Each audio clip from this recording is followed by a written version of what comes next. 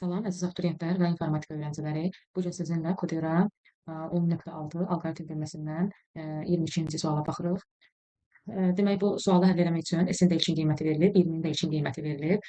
Deməli, biz burada S-i tapmalıyıq, S-in sonuncu qiymətini tapmalıyıq. Deməli, biz bu misalı necə həll edirik? Deməli, S-in də ilkin qiyməti verilib, N-in də ilkin qiyməti verilib. Buradakı 5 və 2, buradakı 5 və 2, deməli, konstantlardır.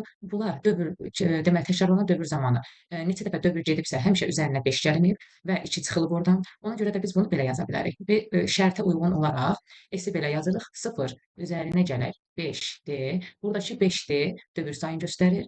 Üzərinə gəl. N-imiz 20-dir. 20 çıxaq 2-dir. Deməli, mən bu S-lə N-i yerinə qoydum. S-lə N-i yerinə qoydum. S-in də öz qiymətin, N-in də öz qiymətin. Deməli, buradakı D odur ki, hər dəfə dövr gedəndə üzərinə 5-5 gəlinib, neçə dəfə 5-5 gəlinib, neçə dəfə dövr gedib və hər dəfə də deməli N-dən 2 çıxılıb. Neçə dəfə 2 çıxılıb? Biz bunu tapmaq üçündür. Dövr nə zaman dövrdən çıxır, gəlir sonuncu qiyməti alır, yəni S sonuncu qiymətini alır. Deməli, 115-dən böyük bərabər olanda dövrdən çıxma halıdır. Deməli, və biz belə yazırıq, təlimimizi həll eləyək. 3D böyük bərabərdir 95-dən. Dövr sayımız da bizim bərabərdir. Tam bölünmür. 31,6 eləyir.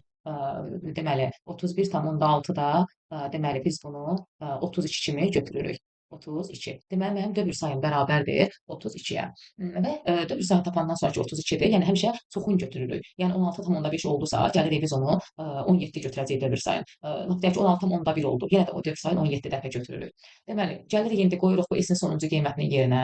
S sonuncu dəfə nə alır? Deməli, 0 üzərinə gələk, 5 vuraq 32. Bu da bərabərdir 160 edir. Yəni dövrdən çıxma halına baxırıq ki, 115-dən böyük bərabər onda dövrün sayını tapdıq. S-in də deməli S neçə dəfə üzərinə bunun 5-5 gəlib? 32 dəfə üzərinə 5-5 gəlib və cavabı da 160 alınmışdır.